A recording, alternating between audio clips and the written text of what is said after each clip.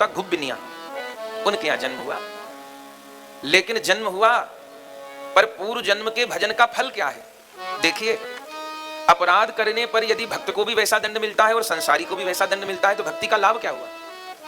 भक्ति का लाभ यह होता है कि भक्त यदि किसी पतित कर्म के कारण गिरता है तो भगवान उसको बार बार संभालते हैं। बाकी जो जीव हैं वो तो अपने कर्म फल के चक्र में घूमते ही रहते हैं, ये किया ये किया ये, उसी चक्र में।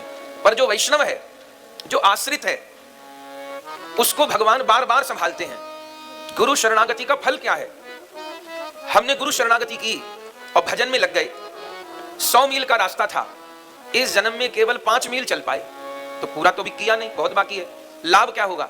यदि भजन करते रहे लगातार, अगले जन्म अगले जन्म अगले जन्म मनुष्य शरीर मिलता रहे, ये सबसे बड़ी कृपा है। अब पशु योनि में नहीं जाएंगे, नहीं तो भगवान का विधान क्या है कि एक जन्म यदि हमने बिगाड़ लिया मनुष्य का, तो अब तुरंत अगला जन्म मनुष्य का नहीं मिलेगा।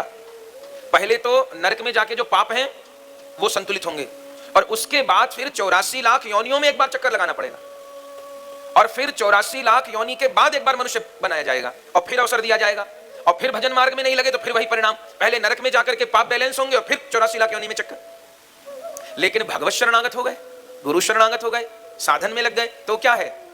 तो सबसे बड़ी बात यह है कि एक तो नरक नहीं जाएंगे, और दूसरा 84 के चक्र में नहीं गिरेंगे।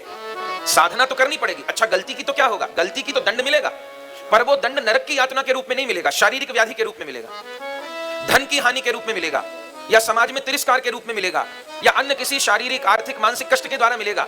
पर वो जो भयंकर नरक की यातना है उससे बच जाएंगे, और जो 84 लाख योनियों की यातना है उससे बच जाएंगे।